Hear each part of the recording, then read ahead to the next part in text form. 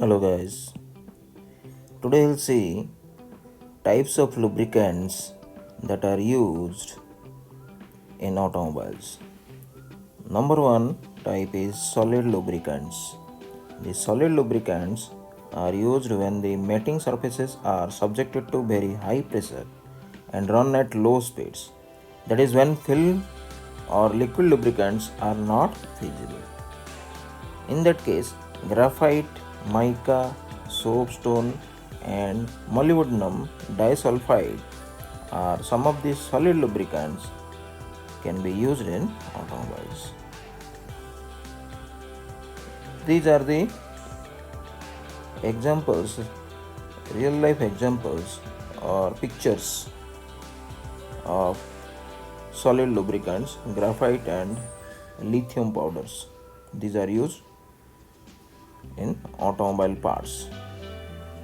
Second type is semi-solid lubricants.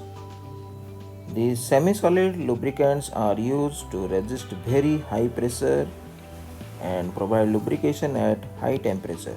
These lubricants are used for the lubrication of engine chassis, suspension system and other parts where retention of liquid lubricants is very difficult. For example, grease. It is made by mixing and thickening agents such as metallic soaps, that is calcium or sodium soaps of fatty acids, with lubricating oils. Then types of greases. First one is calcium based grease. These are waterproof and are used for wheel bearings and chassis lubrication. Second type of grease is sodium based grease. These are able to withstand sufficiently high temperature and tends to absorb water, which reduces rusting. Third type is aluminum based grease. These are not suitable for high temperature and are used on frame fittings, chassis, transmission and chains. Fourth kind is lithium based greases. These can withstand high temperatures and are used on wheel bearings, universal joints, brake cables, etc. These are also called multi-purpose greases. These are some of the examples of greases, real life examples.